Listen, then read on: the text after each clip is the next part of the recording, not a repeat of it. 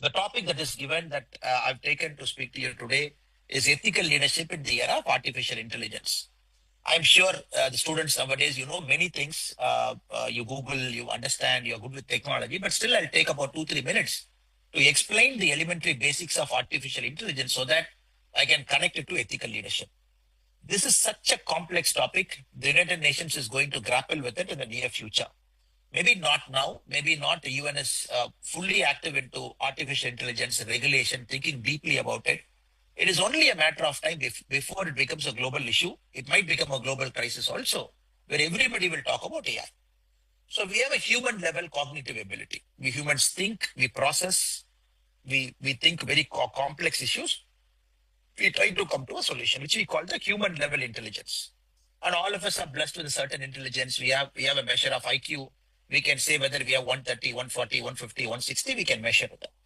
Then there is computer level intelligence, where you assemble a bulk of computers, you give it a processing power, you train the computers to think in a certain way, different languages, which we call LLM, large language models, so that with powerful chips, the computer becomes like a thinking machine. It keeps thinking, thinking, and thinking. So artificial intelligence is in two parts. The first part is right now what we are talking AI, which is very simple in nature, which is not very complex. Even you Google it will look at 100, 200 different sources. It will compile everything. It will give you a solution, which we call the AI mode, the normal AI. But very soon we are going to cross an inflection point where the artificial intelligence or the computer thinking is going to overshoot the human level thinking. So that particular inflection point is called the singularity or the artificial generative intelligence, AGI. So all of us are discussing this particular point.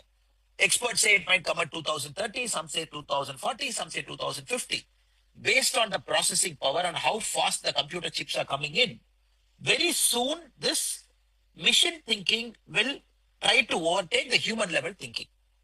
So which 1950, the great mathematician and the eminent thinker at that point of time, and in fact his code-breaking mission helped us to end the World War. He belonged to Britain. His name is Alan Turing. In 1950, he wrote a very forward-looking paper called the Turing test. Turing test he wrote in 1950. He said, there comes a time when the humans and computers, if they sit opposite to each other, if there is a blank screen between them, if the human while interacting with computer is not able to really understand whether at the opposite end it's a computer or human, then that is the time we have passed the Turing test. When a human is interacting with a computer, there is a blind screen between both of us. During the interaction process, the human is confused whether the opposite side is a human or a computer. Then we have crossed the Turing test, meaning that is the time the singularity or the inflection point or AGI has started. So now your generation of kids, before you quickly get into college, you start doing your degree. I have a feeling we might pass AGI. I have a feeling we might pass the inflection test. I have a feeling we might get into that mode where the computers will start doing very complex things. This is where leadership comes in. Right now, everything is regulated, whether you like it or not. The way you come to the school van is regulated. What speed the van can go, who's the driver, how many attendant can be a part of a school. No, it's regulated. You come here. Traffic signal you come is regulated. There are 3 signals where your school van has to wait. You come, even if your parents have dropped you by car, even if you come by a public transport, regulator. The school is also regulated. Everything is regulated. Now we live in a regulated world, but we are okay with some sort of regulation. We are not okay with too much regulation because we live in a democracy. We are okay with some sort of regulation where all of us benefit more by that regulation. Regulation should benefit everybody. When it benefits, we are okay with it. Sometimes when you look at an authoritarian country or a dictatorship country, when there's too much regulation, you can't even speak, you can't even walk, you can't even assemble, we have a problem. We say, okay, how can you regulate me so much? Now the question for us before this August gathering in the model United Nations, when you think very deeply is, should AI be regulated? Number one, should global countries pass a law to decide the speed and growth of AI in the near future? Should we have a country-specific law? Should we have a global law? Right now, as we speak, the European Union has got an AI Act. Possibly that's a major artificial intelligence act that has come in because the act talks about ethical leadership. It came in August 1, 2024. It classified AI into 4 parts. First is called the prohibited AI, which I will explain when I go into it further. And he said nobody can get into prohibited AI. It is banned by law because it is unethical. High risk AI. Some AIs are very high risk in nature, which might cross the ethical line. So we are prohibiting it partly. The next is limited risk AI. They said no problem, no regulation. It is not skirting the ethical line. You are free to go ahead. The next is low or minimal risk AI. So the act itself has classified AI into 4 parts. And the first two AI, meaning the prohibited AI and high risk AI, are flirting with the ethical leadership, ethical process. So they're banned it, remaining two, they're open. US wanted to put a ban. California, where the state of San Francisco, where it is California state, it has got the world's 32 of the top 50 AI companies in the world. Top 50 AI companies, 32 companies are located in a single state in US headquarters. And the local, like our Tamil Nadu Assembly, like our local assembly, the California State Assembly passed a law to regulate AI. The governor did not agree. The governor said, I am not agree. I am not going to sign that law. Now there are two arguments we are seeing. When you're sitting in the United Nations, there are two arguments. One argument, like European Union, they say we are bringing a law to regulate AI because it is skirting ethics. Americans, the state of California, said, no, we are not going to bring a law because they say bringing a law will kill the human spirit.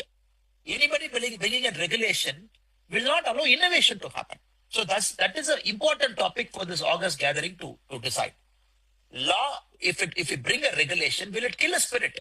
Because other proponents of AI say, because you're in United Nations, you have to look at two sides of a coin. And there's not a single argument that is valid. The other sides of the proponent, they say AI is important. It is solving a complex global problem. The weather pattern it is predicting accurately.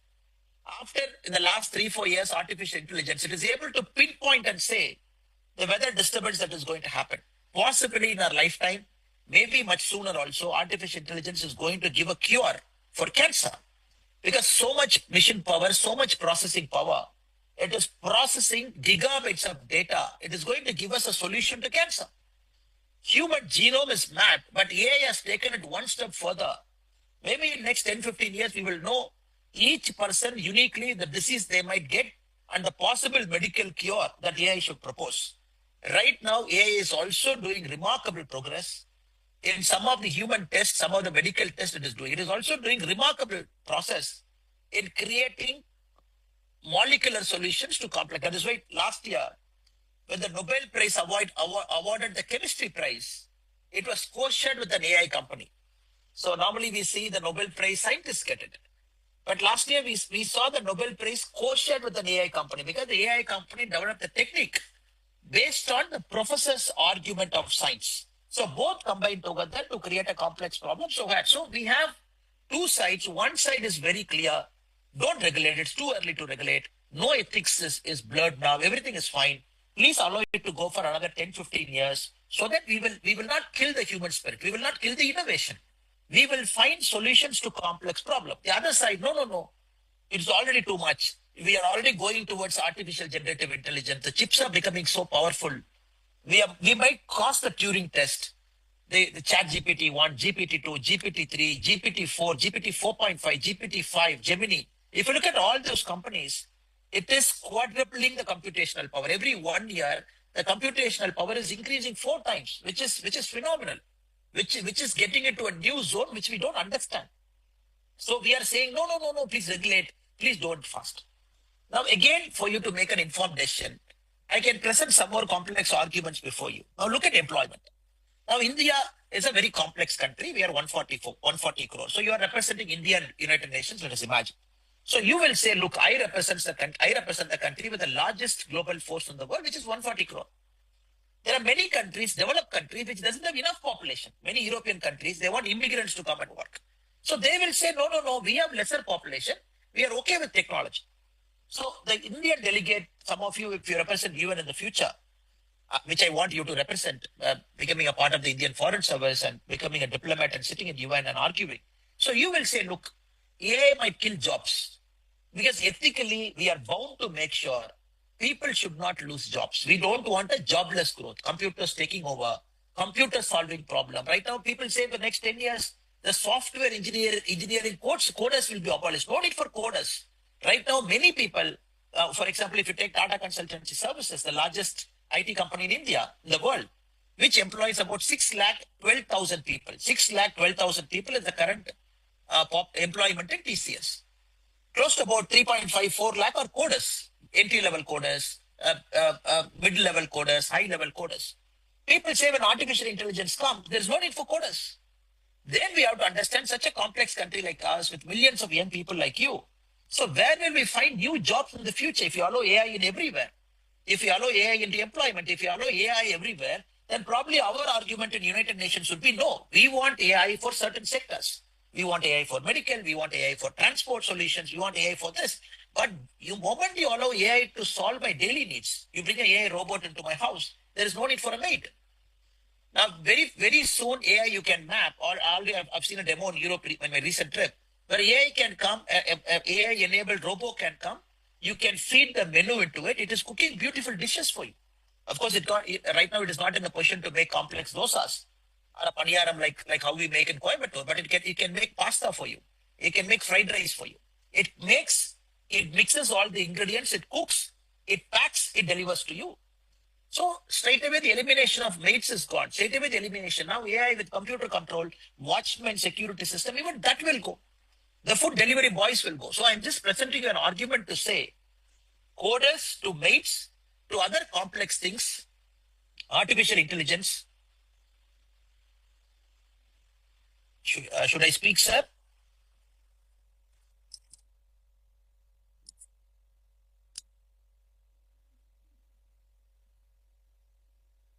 Can I speak?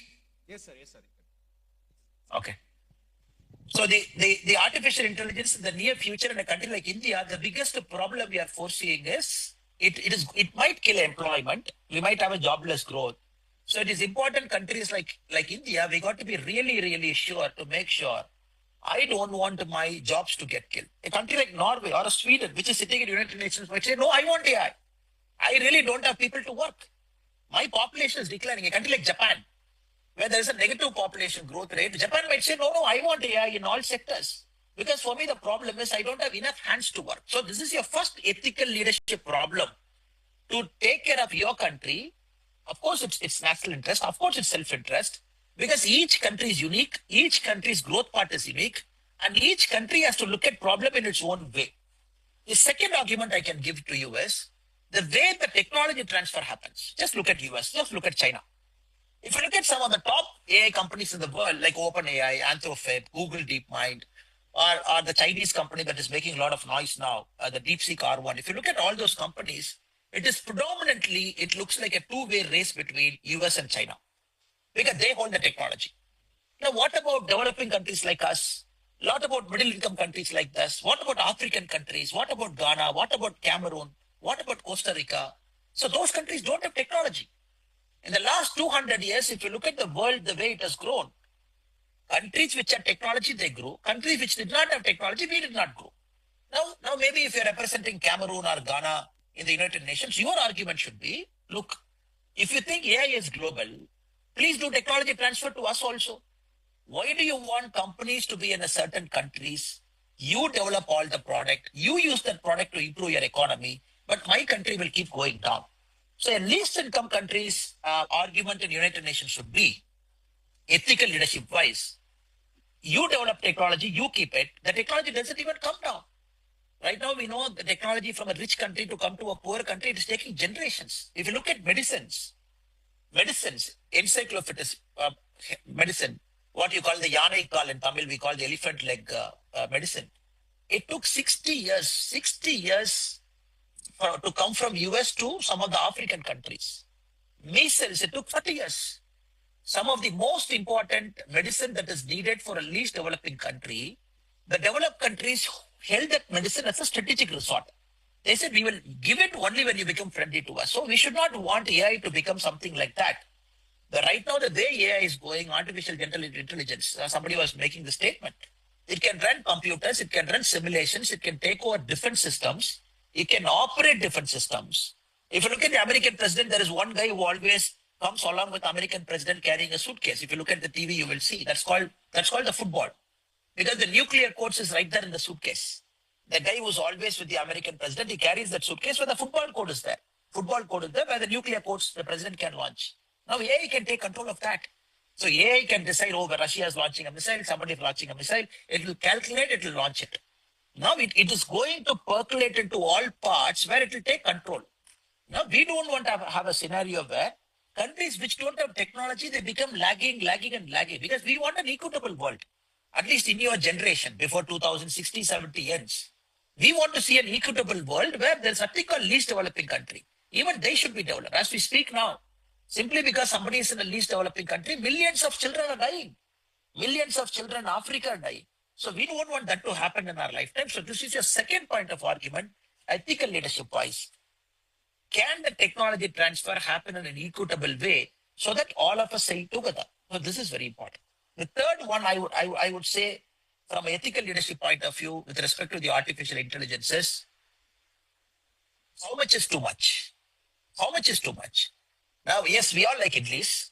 We all like dosa. I'm sure whatever you say breakfast is. But how much is too much? You might, at a certain point after you have to say no. When age comes, you have to say no to sugar. I'll take one sweet, but not more. I'll take one ice cream, but not more. Now, AI is also like that where we have to think when will we say how much is too much? And is the time to say now? Is it time to say 10 years from now? So that is a ethical leadership you will always grapple. Because the problem with ethical leadership is what might appear ethical to you might not appear ethical to others. Of course, there are human values. Of course, there are certain human norms which transcend boundary. But ethically, as a developing country, I might think something. But as a developed country, they might think something. So this ethical leadership, it comes for you with continuous engagement, continuous patience, continuous negotiation, continuous deep thinking. It should make you a person with empathy. It should make you a person, not a very cold-hearted diplomat. Oh, I will operate. I will give you one. You give me one. That's a very cold-hearted diplomatic way of operating.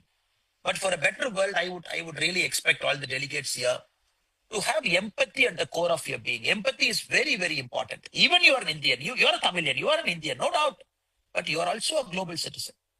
You cannot take too much from the pie. We should help the pie to grow. Can we make the pie to grow instead of grabbing everything to us so that other countries don't get anything?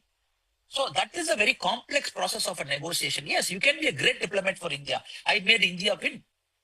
But is somebody losing?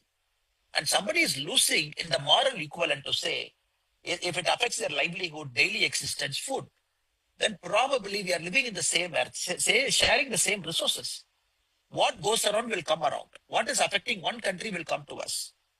The corona which started in China, matter of months, it spread to all of us. The corona did not care. It is in China. There is a boundary. So in the future, I'm sure all of you will see complex human problem that will start in one country, very quickly come to other countries also. So the third one for ethical leadership in my mind is how much is too much? Where do you want to put a stop? Do you want to build a big dam to say I don't want? Or you want to build a small gate to say I will only allow this? That is for you. That is for the delegates to decide. Will I put a dam to stop everything, or will I put a gate to open, close, to allow something, not allow something? So this is a call you all have to take. So artificial intelligence is coming. It is coming in a big way. And ethical leadership is always important, not for AI. It is always important for anything. And we need leadership which puts country first, no doubt about that. We also need ethical leadership which will think about the world. That is why if you look at our Honorable Prime Minister, even before we have given COVID vaccine to all our Indian population, we have started giving COVID vaccine to least developed country, LDCs. Because what is happening? The Americans were cornering all vaccines.